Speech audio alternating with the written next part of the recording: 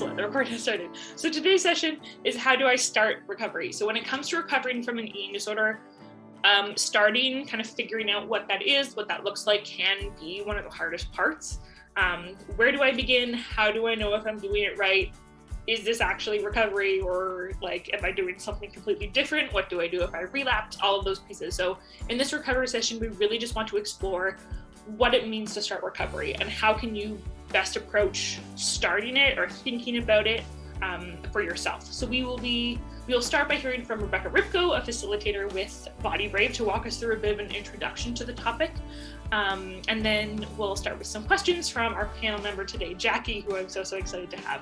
So if you have any questions throughout the session, just send us a message in the chat or the Q&A box, and we'll use the last hopefully 15 to 20 minutes dedicated to answering some of your questions and talking through kind of those different conversations. So I will now have Rebecca and Jackie introduce themselves. I'll hand it over to Rebecca first, if you'd like to just give a brief introduction. Thank you, Erin. Hi, everybody. My name is Rebecca Ripko. My pronouns are she and her. I am a registered psychotherapist and master of social work, and I'm one of the group facilitators here at Body Brave. And right now I'm facilitating our On the Journey group. So I'm looking forward to spending the next hour with everybody. Awesome. Thank you so much, Rebecca. And I will pass it over to Jackie to introduce herself. Hi, everyone. I'm Jacqueline. It's my first time here, so thank you so much for having me. I'm really excited to be here. I will do a really quick introduction, but try to make it as fulsome as possible. So again, my name is Jacqueline. My pronouns are she and her, as you can see on the screen. I'm a mom. I have two kids, 16 and 12. I know you're thinking she looks too young to have a 16-year-old. That is not true. I am very old.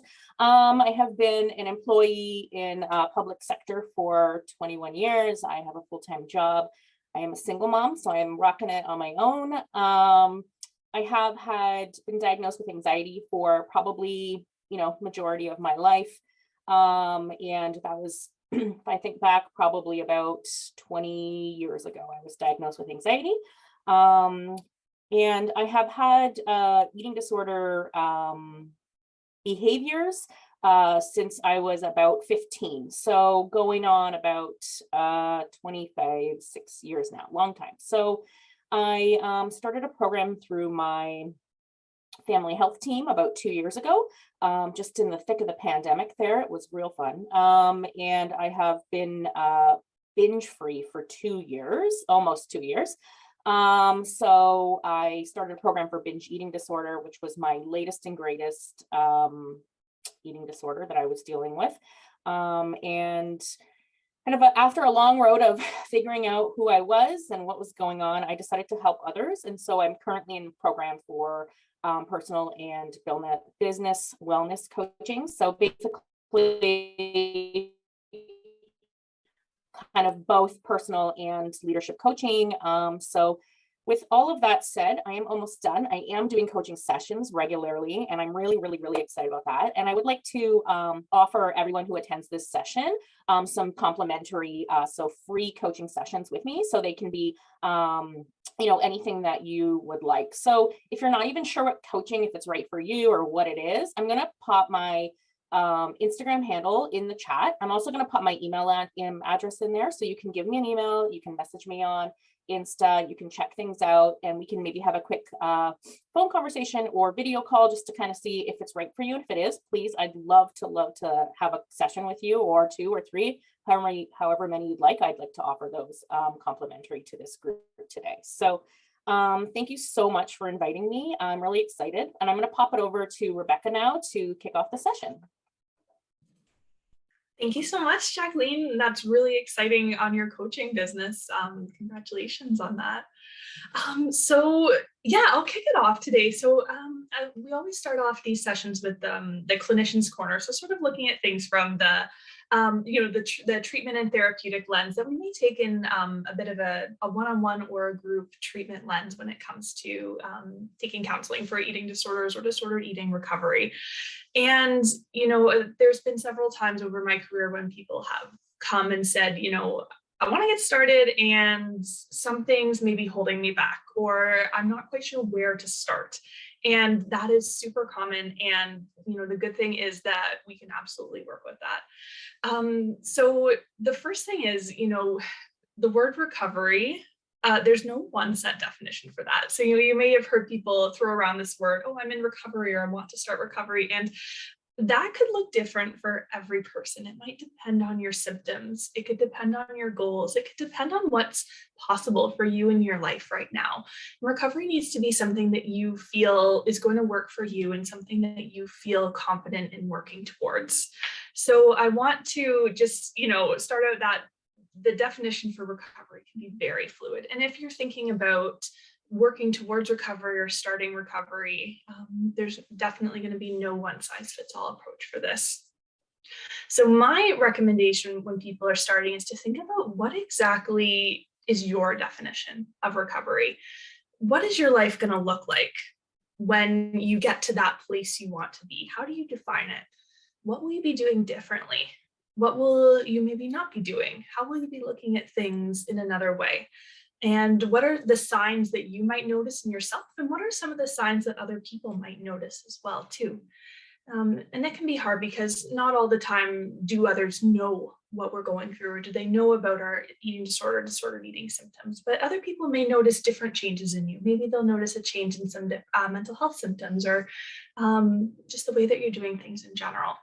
So that would be the first thing I would recommend. And you can absolutely explore this with the support of a counselor, or even just by yourself, just thinking about what could my life be when I'm working towards recovery. There may also be some ambivalence about recovery too. There's when we're engaging in certain behaviors, and that could be disordered eating behaviors or anything else, we're often doing them for a reason. We're doing them because something may have happened to us, or we may have, ingrained these patterns over months or years to feel comfortable, to cope with something, or to handle other things that are going on in our life. And it can be scary thinking about not engaging in those behaviors or moving away from them. And so I just want to acknowledge that, sometimes it can be really hard to dive into this concept of recovery with 2 feet, because you may sort of be straddling, have one foot in the pool, you've dove in, and the other foot is sort of still on the shore there. And that's very normal too. Something that we do in more of like a clinical concept would be what's called motivational interviewing. And this is a specific type of approach that we can use in counseling, which builds on that idea of change. And it acknowledges that folks might have a different idea of what changes today or tomorrow. Their motivation or self-efficacy in that may change today or tomorrow. And we roll with that. We sort of look at, what do you want to be different? How can we incorporate small changes that may start off things being different for you? So that would just be one thing that you could achieve working with a counselor. And we can also look at, how to know if you're ready. So some folks might come in and say, I think I'm ready, but I'm not sure. These are some of the things that are maybe holding me back or scaring me. And we can also work to address some of those things as well, to make you feel more confident, to make you feel more ready, to be able to shift the needle over even just a little bit more into recovery. The other thing too is that, this won't really just be like flipping a light switch, so it's not, I'm going to go to bed tonight, flip the switch, and I'm going to wake up tomorrow and I am in recovery. I am doing like 20 different things for my wellness. Some people may be able to do that and they're super high energy and they can do that. But for others, you may want to start with something small. Maybe think of one thing that you can do differently and build that up, start to feel good about it. And then maybe you start to think, oh, I can add in that second thing. And these can be a lot of different things. So we can consider it an entry point. What's that door that you're going to open and sort of take that first step in? For some folks, it might be things like introducing other positive things into your life, things that don't involve eating disorder experiences or symptoms or behaviors. Trying to find something enjoyable that you can do a few times a week. And this can be small. It could be playing music, could be taking a short walk. It could be, picking up that book that's been on your shelf for a few years that you've been meaning to read and just starting the first chapter. I think we probably all have one of those. I know I have about 10. Or trying to break up that routine a little bit. So, adding in a new thing that maybe you haven't done in a while or that you've always wanted to try. And bringing up those positive thoughts, really practicing things like gratitude, trying to practice mindfulness of when am I feeling happy? Am I feeling good right now? And sitting with that and just absorbing that and taking it all in. It could also be things like getting yourself set up with perhaps a doctor. Maybe it's just looking at things like medication or other alternative forms of treatment like counseling or a group. So finding different skills that you can incorporate to just do something a little bit different, maybe look at things a little bit different. It could also just be some of those basic things that keep us going every day, drinking water, getting enough sleep, trying to get some fresh air, those types of things. And I also recommend to building up your self-confidence by setting very small goals, things that feel achievable. So, if you're, we could use the water example. If you're not someone who regularly drinks a whole bunch of water, maybe that, 8 glasses of water a day thing, if you're gonna start that tomorrow, maybe that's gonna feel really big. So let's try it, let's have one. Let's start with one. Maybe next week we can try to shoot for 2. So picking goals that are really achievable for you, and that if you don't achieve them, it's not going to feel like, like you should give up. The other thing that we can work on a lot through counseling is building emotional awareness. So for many people, we think of our emotions, we think happy, sad, angry, frustrated, excited, like those very sort of basic emotions that we learn, usually in kindergarten, grade 1. And some of the things that people find helpful is really pinpointing exactly what I'm feeling. And there's this really cool chart called the feelings wheel that we can use to really hone in on what actually am I feeling right now. And then determining when I'm feeling that emotion, what comes next for me? What sort of thoughts do I have? What sort of behaviors do I engage in? Building awareness can be a really important first step when it comes to counseling and then making changes and working into recovery. Is just starting to notice what are the things that go hand in hand for me. And then when I'm feeling this emotion, maybe I'll tune in and I can do something a little bit differently after that. Another big thing that is important in eating disorders recovery is that unlearning that diet culture talk, unlearning this idea of morality with food, unlearning some of those cognitive distortions like black and white thinking. These are things that, we're surrounded by in our culture, media, social media, and they often become very ingrained in us because we take them for granted. We think this is just the way it is. And so as we start to have to unlearn those, it may also build a different awareness too of some things that you might be doing subconsciously that are not benefiting your recovery. A couple other great things we can always recommend too are, little things like journal prompts. Maybe this is just starting to think about change every day and writing some reasons for change and reflecting on that. Some affirmations can really be great too. So reminding yourself of things. So this can be, some folks like to put it on the mirror in the bathroom, or others like have it in their phone, and just sort of remind themselves of things that are going well, and keeping up that motivation and your own belief that you can make a change. That's all I have for now. I'm definitely going to jump in a little bit later, but maybe that'll set the stage. Awesome. Thanks so much, Rebecca. That, I think is a perfect starting point. And the language of just finding what that entry point is, and then kind of like increasing those challenges to yourself, I think is really kind of like the ethos of what I've used that word twice today. I sounds so smart. Of what we're talking about. Awesome. Jackie, I want to turn it over to you and I, and kind of this panel discussion, and hear a little bit about your experience. And Rebecca, of course, you can chime in whenever you'd like, but really just hearing about, Jackie, your experience and reflections as someone who has navigated recovery. So the first question I want to dig into is just like, what did starting recovery really look like for you? What were those like first choices or changes that you made? Yeah, so thank you so much, Rebecca. When you were talking, I felt like everything you said about, things we could do to start, or things you do along the way, I feel like I felt so fulfilled because I thought, I was doing all those things, and they sound so familiar to me because they were, things that really do work. So And just to add on to Rebecca's affirmation talk, I do have a favorite affirmation, and my very favorite affirmation is, I have enough, I do enough, I am enough. And that's one that I say to myself all the time, even like by myself, I out loud all the time will say it. And it's something that, resonates with me. So thank you for that prompt on the affirmation.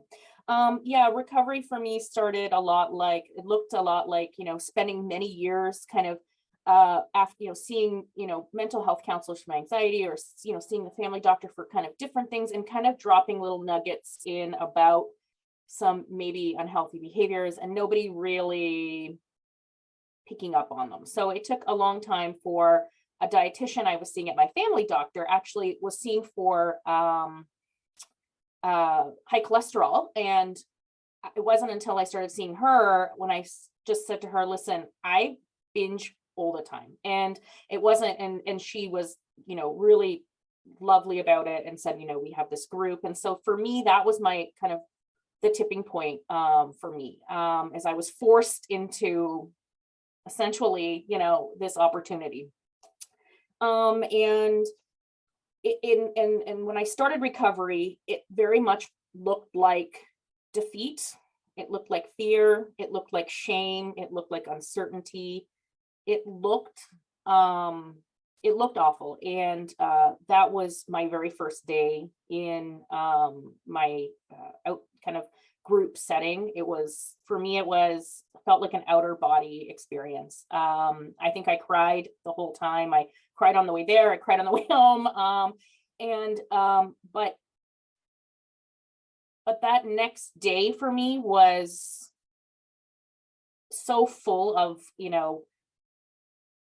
optimism and self-love, because I thought, okay, you're doing this. You're going to do this. You're doing this. And for me, the beginning looked a lot like an experiment. It was just like, let's just see what happens today. Let's just see what happens today. And that was the very beginning for me. And I kind of got through the days like that, like this experiment that I was trying for myself. What I'm doing is not working. What would happen if I didn't do that anymore? What would happen if I tried something different? And that was for me my biggest takeaway the whole time. And honestly, I'm still doing that every day. I'm still like, girl, you gotta do something different. If you don't like what's happening, try something different. And every day is still like that for me. So yeah, I hope that was enough of a response for your question. No, absolutely. There was a few things that I loved in that. When I started recovery, it looked like defeat, I think is like such a powerful, poignant spot, because when your eating disorder is part of your identity, anything counter to that like feels wrong and feels weird. And so like that feeling of defeat, even though it sucks in that moment, it means it's working. You know what I mean? Like there's a lot of power in it. And so like I wrote down that sentiment right away, because I just think that's incredible. And then the other one was that it felt like an experiment. And I think that that's really great when we're thinking about like just finding an entry point. Like no one is like, some people could, as Rebecca said, but just be like, okay, like now I'm in recovery, let's go. And if conceptualizing it as like, okay, today I'm going to experiment with recovery. Today I'm going to try this thing. And if it doesn't work or it's too much, like, that's fine. The experiment, just like, I did it and I experimented and then it's done. And so I think like for me, thinking about it that way feels so much more like safe or like doable, rather than being like, okay, I'm doing recovery. It's like, no, like I'm experimenting. I'm trying different things. I'm testing the waters.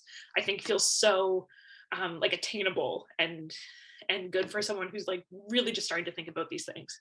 Yeah, because I think I'll speak for myself, but I think one of the personality traits I have is, it started with my like with the restriction, right, years ago, and it's like everything is like hard and fast. Everything is, do or don't, black or white. And so that experiment piece for me was like let's just let loose and see what happens, and for my type A personality, man, that is not easy to do. I will tell you it is not easy to do.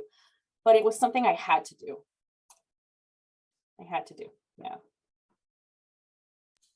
Yeah, and I imagine, Jacqueline, there's a lot of autonomy in that too, right? Making that decision of what can I experiment with today, and knowing that you're not locked in if you don't want to, or if that felt uncomfortable for you. So that's really cool. I love the way that you phrase that. Awesome, thank you. Our next question that we have, and then if attendees have any questions, please feel free to send them in, or things you want clarified, or if you just want to hear Jackie talk forever, because I kind of do, that's also great. But our next question is just really generally, what advice do you have for someone that is considering kind of that starting working towards recovery, that is like in that still kind of just thinking about it, not quite sure where to start? What advice or kind of like pieces of wisdom would you share? Yeah, a few things. Your biggest, like my biggest thing is why am I doing this? How did this start and why am I doing it now?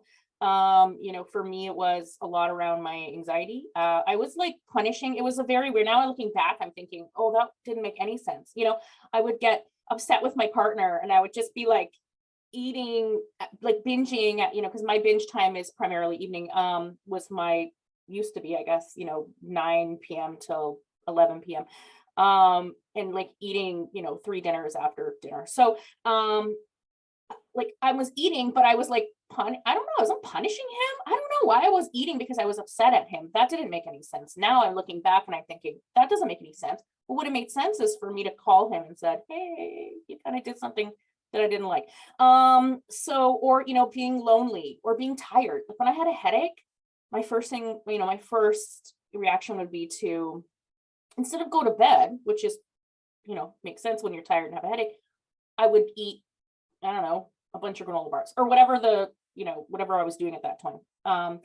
So I think for me is that, identifying that why, and I think Rebecca mentioned this, is the like feeling behind it, right? That feeling behind it. And for me, it was many feelings. So that feeling wheel is really awesome. But, the anxiety definitely played a huge part in it, and not identifying the pieces. So that's kind of like that tactical piece around, advice. But honestly, my biggest piece of advice is trust yourself, trust your body. Your courage that you have is larger than the fear that sits within you. So, if you're afraid of what if I make a mistake? What if I can't do this? What if I don't identify as this other person that I might turn into after the eating disorder is gone? Those fears, that courage that you have is so much bigger than those like little nuggets of fear that creep up every single day. Because once you do one thing, that courage just builds and builds and builds, and it will squash all of that fear. So just be brave, take one baby step, and you will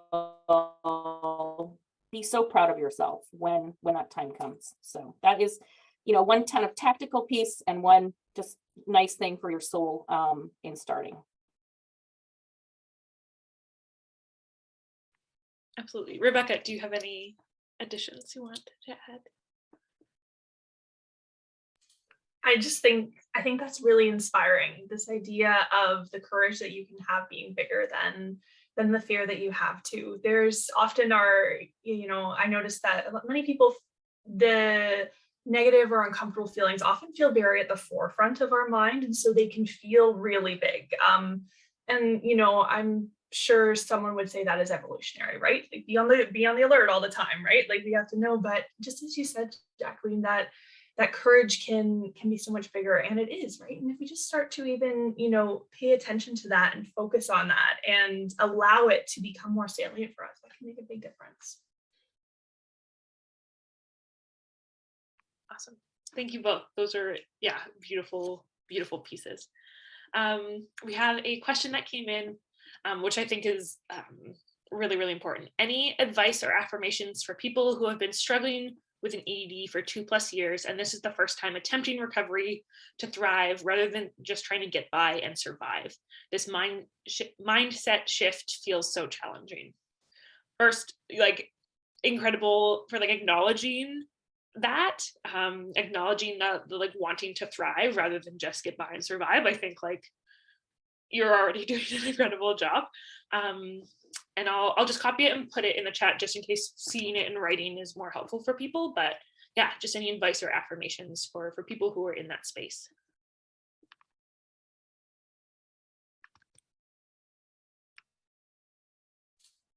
I can start. So I love the way you framed that. The person who asked the question, the idea of survive versus thrive. And when I think of the word thrive, I think of more than just an absence of symptoms. So, for example, I'm no longer engaging in binge eating at night. But I also see that as so much more. What have I taken out of my life? What behaviors, and also what have I added in? What has helped me grow and become even more than I was before? And that's, some people may think of that as a replacement, but I also see it as just a very holistic picture of all the different things that are changing as well as part of recovery. So yeah, I think it's really important the way that you phrase that. I don't have a concrete answer for you to how to suggest thriving, because I do think for every single person that could be different. But I would suggest think of those things that, when you picture your life being, almost, you can even take that magic wand approach, right? If I had a magic wand, what would my life look like? And, we'll probably, maybe we won't get that, we probably won't get like vacations every year or two, wherever, but think of that, and then think of what things that you can add in that really inspire that, and those values, those things you're looking for. Yeah, I'll add to that, Rebecca. I was going to say the same thing. Every person has their own version of, thriving and authenticity and what that looks like for them. So, sitting down and taking kind of an inventory of, where you are now. I'm a very visual learner, so I will, I'm like a chart person. So, where you are now versus where you want to be, and one step at a time, start chipping away at what thrive looks like to you. What does thriving look like to you? I think is the biggest question. And again, not trying to overwhelm yourself with trying to do all the things at once. They may take, you didn't, you said it was 2+ years. It took you 2+ years to get here. First of all, I want to really acknowledge the fact that you're here after 2, and I don't want to say only 2 years, because I'm sure that it's been a long 2 years, especially with the way the world has been the last 2 years. So we'll give ourselves a little bit of grace in that, for sure. But acknowledge the fact that you're here and trying to, work on thriving. That's wonderful. So yeah, I think just, what does thriving look like for you, and do a little, dig real deep and some meditation around it. And, it might come to you real quick, and it might not, you might need to take some time. Yeah, absolutely. Thank you. I would say, for me, a big part of that transition from survival mode to like actually living a life. And I was diagnosed when I was 16. And so it was like very much like, you don't have a sense of identity really at all. Like, I don't think I was a person until I was at least 20, is what I always say. But yeah, finding out that sense of identity. And for me, that really came when I stopped, the saying like, no man is an island. When I stopped living like an island, and brought in other people and community and friendships. And, not everyone had to know about my eating disorder and about the specific behaviors, but just having people around me who like acknowledged me and saw me and accepted me. And just having that community was like a vitally, like viscerally important part of my recovery, I think, and continues to be a really important part of who I am. So those like 1 or 2 friends that just like really get it. And I relied on those relationships a lot, but not necessarily, by telling them everything and telling them every time I was having like a rough eating disorder or thought or day or anything, but just, like in some ways, like using their humanity and their, they were people living their lives, and I could look at that and be like, that's like incredible. That's what I want.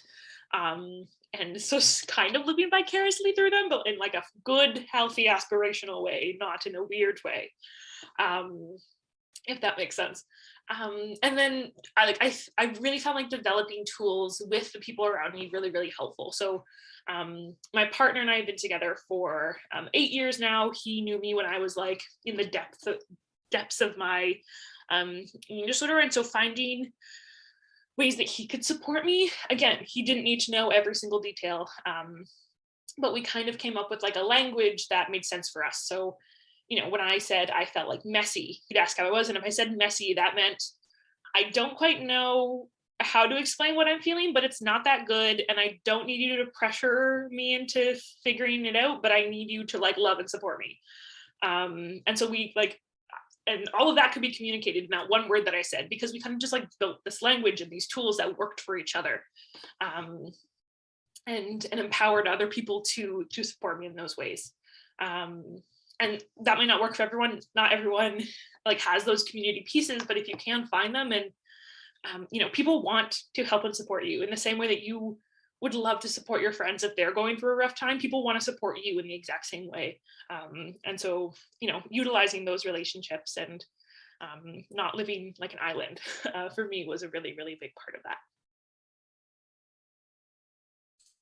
There's something you said there, Erin, that really stuck out to me when you talked about those rough days. Those days when your thoughts are maybe louder or more negative, or maybe pulling you back to that place.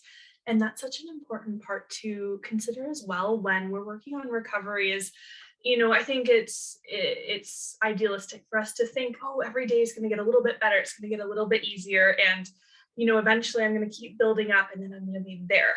And in reality, it's not this nice staircase. We wish it was, but it's very much, oh yeah, I go up a couple stairs and then, oops, I fell down like 5. And knowing that that's normal too, is that, one bad day can be just that. It can just be one bad day. And then you might be able to pop back up and sort of get back on the horse, as they say, where you were. And so knowing that that's normal too, that doesn't mean you're failing at recovery. And if you are finding that perhaps there's even a stretch of things, or you may feel like you may be falling back into some old patterns or thoughts, that's okay too. That maybe just means we need a different plan. Maybe the plan that you were trying or the things you were incorporating need to be tweaked a little bit. But absolutely, never would be considered a failure. Just maybe we need to change something up. Just to add to that, I'll share a little story with you all as I'm, far into my recovery. It was this past summer, and my partner and I, it was Friday night, so we had worked the whole day, and we were going out for dinner, and we were like waiting outside for our table, and he said, "Are you okay today?" And I said, "I had a really stressful day at work, and I'm so mad at myself. I ate this Rice Krispie square." And he said, "Why are you mad at yourself for a Rice Krispie square?" And I said, "It wasn't what I ate, it was why I ate it and how I ate it." And it was, to Rebecca's point around that, like things not being, it may not look like it did, but this up and down kind of thing. So for me, the why, like I started, earlier, my whole sentiment around the why piece was so prominent for me. And I didn't have a binging episode. It wasn't that at all, but it was the why piece for me. And again, that up and down of every day kind of, I'm reminding those little, like, it's like a previous identity that kind of like was creeping in, and it was who I, was and what I did. And so, it was an interesting thought about that, and it was the why piece that stood out for me. But it is an up and down every day. Yeah, absolutely. And I think like oftentimes when I hear kind of like that recovery is not linear, you think about like bad like moments or like, yeah, like bad days, but it's like, no, like you could have like a bad week or like couple of weeks, and that's still that linear process, right? It's not like just because you had a brief moment of negativity means that that's what we're talking about, but it can be longer and it can feel really bad, but it's still part of that process. And as much as that's hard, that's unfortunately, part of the realities of it. We have another question here that I think is great. How can parents support their adult children? And I'm assuming that this is kind of in the context of like starting recovery, or thinking about recovery, is how can parents support their adult children? How can adults support other adults? What can that look like, or how can people approach that? What would have been useful to you in your recovery in those spaces? If other attendees have insights into that, please feel free to put in the chat as well. I can start this one. I think that's a really great and really important question. And there's a few things that, because I don't have all the information into the situation, but that I would just ask for reflection, either for the person who asked the question or for anybody else who may be having a similar situation in their life, is think about what are your adult children's goals? What do they want? And think about what are your hopes and dreams and goals for them. And find out if they're the same or if they're different. Many times, loved ones, when we see somebody in our family or our friends struggling, and we think, I know what they need, this is what it is, and if they can do this, they will be there and get it. And sometimes the person who is hoping to enter recovery or who is working at recovery, they may see things a little bit differently. And so my first piece of advice would just be to consider those two, and is there any overlap? The other thing I would suggest too is learning. So, just as you're here today, you're here learning a little bit about the process of starting recovery. Eating disorders, unfortunately, are not a thing that gets talked about a lot. As far as recovery, we don't really see those like TV show intervention, or, don't get me started on that show, but because I don't think it's entirely accurate, but it's just not really talked about. It's just not this thing that we hear about all the time. And so just as you're continuing to do, getting some education, doing reading, asking these questions like you are, that can go a long way in building up some of that understanding and what your loved one is going through. And then being there for them. So, we talked about that linear process, and as loved ones, it can be so hard for us to see somebody have a little bit of a slip or perhaps a relapse, and holding that space for them and knowing that they're on their path and that they're not failing, and that, we are here for them and we love them and we care about them, no matter what is going on for them. That would be my advice. Maybe I can jump in from a lived experience perspective, from what I would have needed from my parent, if that's okay. I strongly believe, and I have my own kids, so I know I'm probably screwing up a little bit every day, but probably doing really great things every day as well. So we got to balance that out. But from my own experience, and this again is super personal, my mother has dealt with her own disordered eating behavior her entire life, and I viewed that every day. I looked at it every day, and saw it every day. And so I really was raised in this environment where my mom had her own issues that she hadn't dealt with properly. And now as an adult, I can see those things, and I have a bigger voice now where I can say, go to her house and she'll say, oh, it's so bad today, I had a cookie. And I'm like, Mom, you didn't rob a bank, you didn't, you had a cookie. Was it delicious? Did you enjoy it? I'm glad you enjoyed your cookie today. I don't, and so speaking to her about, morality around food is one thing that I try to do all the time. And I also very vocal around, guys, I want to enjoy my meal with you as a family. I don't want to talk about exercise or how much calories or anything. I don't want to do that. I want to eat my food and I want to enjoy my company, and that's it. So I think from, what I would have needed as, and full disclosure, my mother does not know that I have gone through recovery. I have not spoken to her about it. I will. I just haven't done that yet. And so, because that conversation is not going to be as easy as, it's not going to be very easy. So I am still working on that personally to try and get to that. But what I would have needed is just, hey, to have this perfect world, I would have needed, a parent to support me through it and to just honestly just be there for me, not criticize me, not, to Rebecca's point, not, see a slip and say, oops, you slipped, or point things out to me about, how my body was changing in either direction. And that's something that, I would have really needed, is just some, neutrality. I would have needed a parent to support me, and support me in a way of like, hey, here's this big hug that I can give you, or what do you need from me?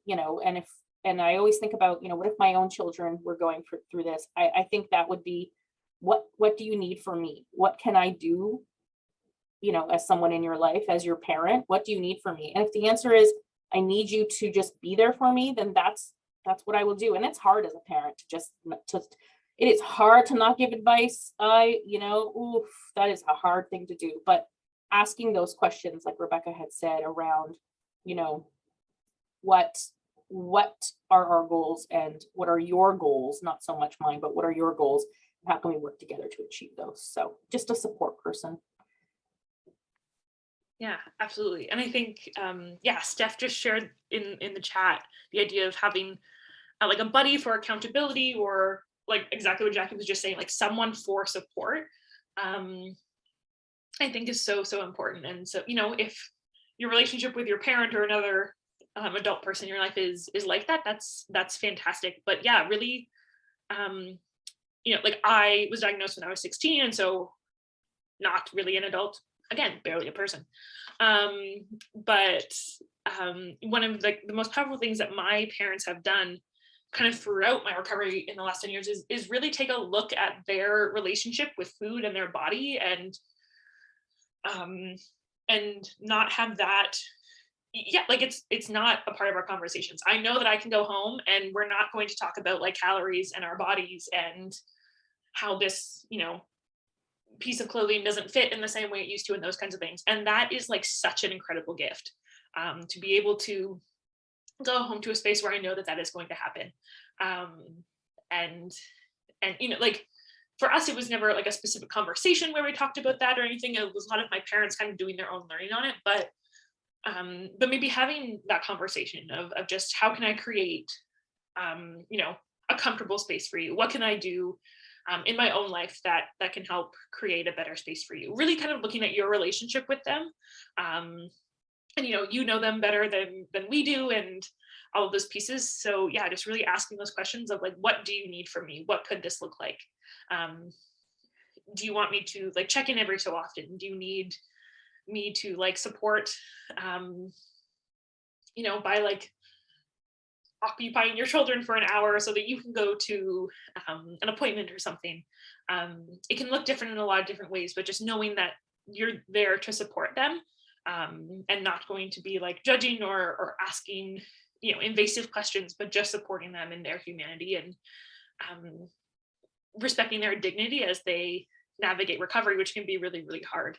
I think is really, really important. And that's, something that's hard to ask of people. And so when it's offered, it's really, really powerful, that like respective dignity piece, in giving people, not treating people how you want to be treated, but treating people how they want to be treated, and asking that question of, how can I best support you? What does that look like for you?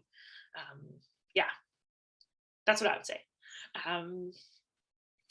Awesome. Any other, Jackie, Rebecca, anything else to add on to that, or comments on Steph's point of that, like buddy for accountability?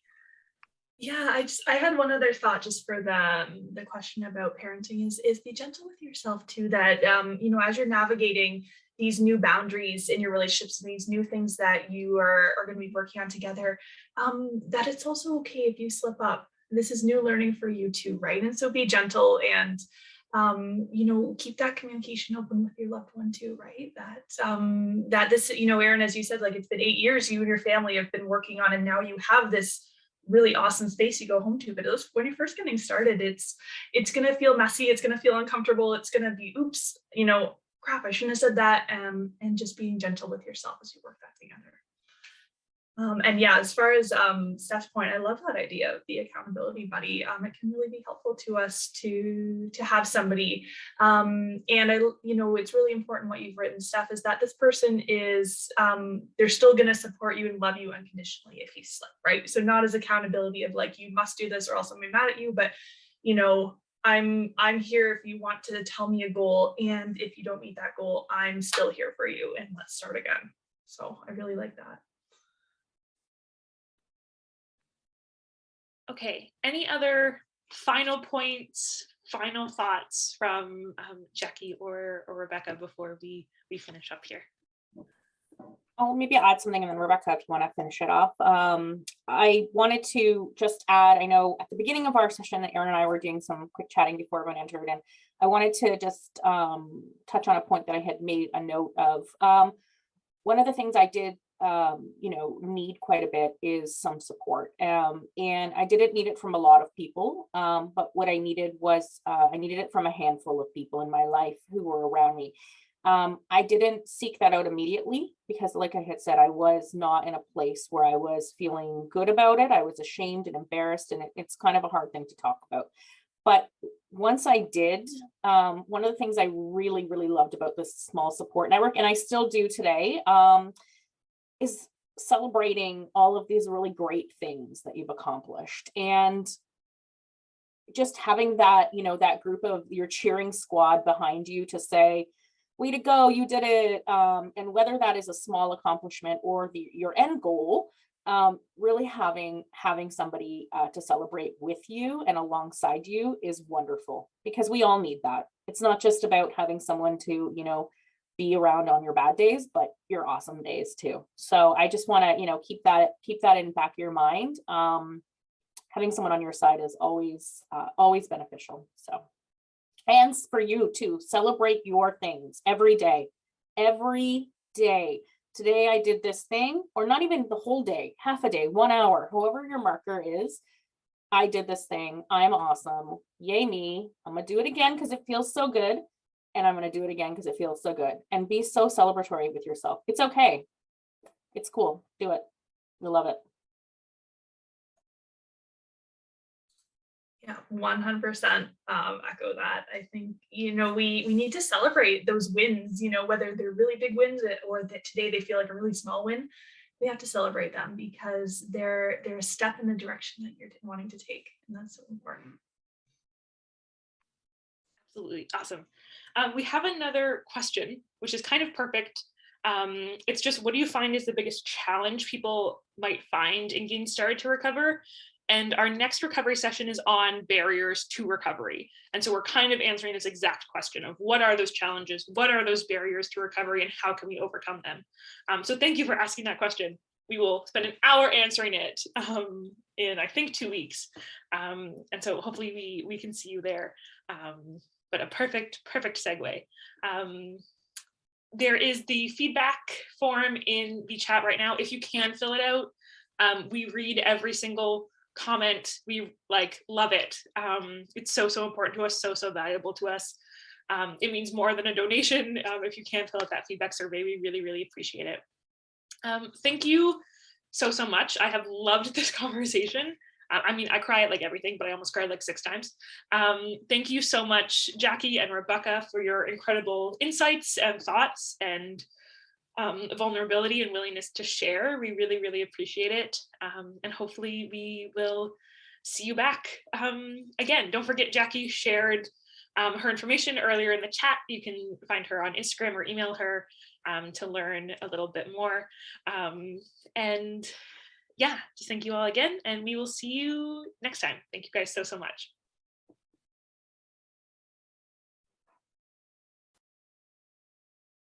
Awesome. I'm gonna stay. I just want to make sure the feedback form is still there for people who want to fill it out. I don't want to end it before they are able to click on it. I should end the recording though. They don't need to know that.